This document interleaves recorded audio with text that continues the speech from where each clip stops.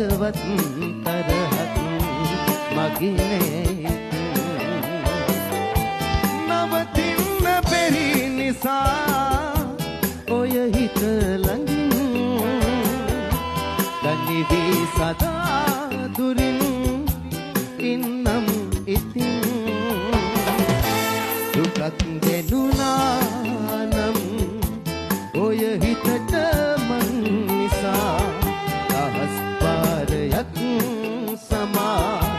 දෙනු මෙනවි මට ඔයා කලවරද කිමයි කියා මා දන්නේ නැති නිසා තවම සොයනවා